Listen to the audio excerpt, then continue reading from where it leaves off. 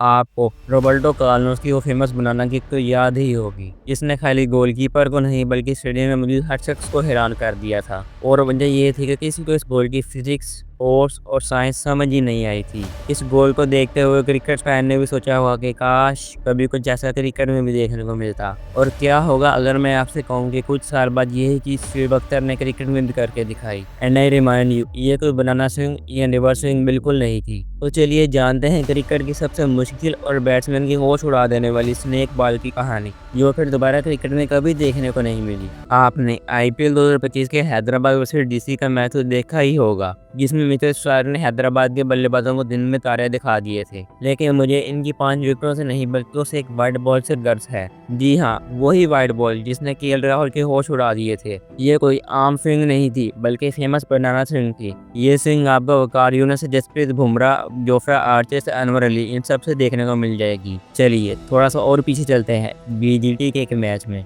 जहाँ पर ऑस्ट्रेलिया के बॉलर पैटरसन पुजारा को एक बॉल करते हैं। अब आप लोग कहोगे भाई ये तो एक आम सी बॉल है जो किराए पर लगने की वजह से स्विंग हुई है, लेकिन नहीं भाई, वो कोई आम इन स्विंग नहीं थी बल्कि स्नेक बॉल थी। अब पीटरसन की ये बॉल कोई फ्लूक थी या फिर प्री प्लान थी, इट डज नॉट मैटर, क्योंकि अब हम जिस बॉल को डिस्कस करने वाले हैं वो सिर्फ प्री प्लान नहीं बल्कि इस बॉल की एक एक चाल बेमिसाल और बवाल थी। तो साल था 2004, इंडियन टीम पाकिस्तान के दौरे पर थी और एक टेस्ट सीरीज खेल रही थी। टेस्ट सीरीज 1-1 से बराबर थी और आखिरी टेस्ट मैच में इंडियन टीम इस फ्लैट पिच पर बैटिंग करते हुए सिर्फ 3 विकेटों का नुकसान पर 261 रन बना चुकी थी। सेट वीवीएस लक्ष्मण 71 रन पर बैटिंग कर रहे थे और इस वक्त इंडिया के बल्लेबाज पाकिस्तान के बॉलरों पर चार्ज कर रहे थे। और इस गर्मी और पिच की वजह से शोएब अख्तर अपना तापमान खो चुके थे और यही वो मौका था जब शोएब अख्तर ने सोचा क्यों ना कुछ नया ट्राई किया जाए, कुछ ऐसा जो आज से पहले कभी किसी ने न किया हो। फिर किया था, शोएब अख्तर ने इस बॉल को रिवर्स स्विंग के लिए तैयार किया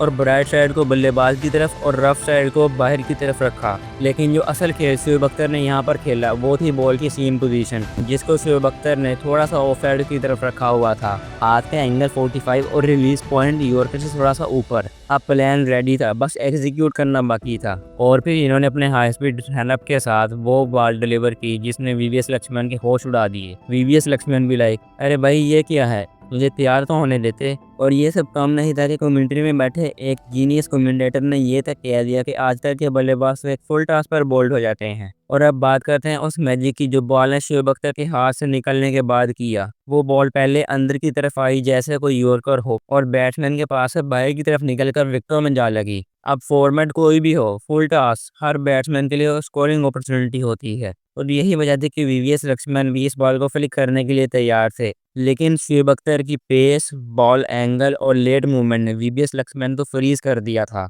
वीवीएस लक्ष्मण को ये समझ ही नहीं आया कि ये क्या हुआ, कैसे हुआ और क्यों हुआ। अब आप सब लोग यही बात सोच रहे होंगे कि भाई वेट अ सेकंड, इस बात की क्या गारंटी है कि ये बॉल पर ही प्लान थी। Good question. पहली चीज ये थी कि इस बॉल को लैंड किए बगैर अपने टारगेट पर फुल टॉस डिलीवर करना और फिर सीम को ऑफ साइड पर रखते हुए अपनी कलाई को इस पर रोल करना, which is the toughest thing in cricket. दूसरी चीज ये है कि पेस और बॉल पर control, I mean reverse swing करने के लिए भी आपकी पेस 145 प्लस होनी चाहिए। और फिर खाली पेस से काम नहीं चलता, आपके इस बॉल पर कंट्रोल कितना है दैट मैटर द मोस्ट। अगर वो बॉल बाई चांस डिलीवर हुई होती तो वो बॉल या तो बैट पर आती या फिर हाथ से ज़्यादा बाहर चली जाती, लेकिन ये दोनों चीज़ें इस बॉल में नहीं हुई। इट सीन लाइक जैसे इस बॉल की एक एक मूवमेंट को दिमाग में एनालाइज किया गया हो। और फिर इस विकेट के बाद शोएब अख्तर की वो सेलिब्रेशन जिसको देखकर लगता है yes I have done it. तो ये थी क्रिकेट की सबसे इनोवेटिव और होश उड़ा देने वाली स्नेक बॉल की कहानी। आपका इस बॉल के बारे में क्या ख्याल है, अपनी राय को कमेंट में ज़रूर बताएं और वीडियो को आखिर तक देखने के लिए आपका शुक्रिया।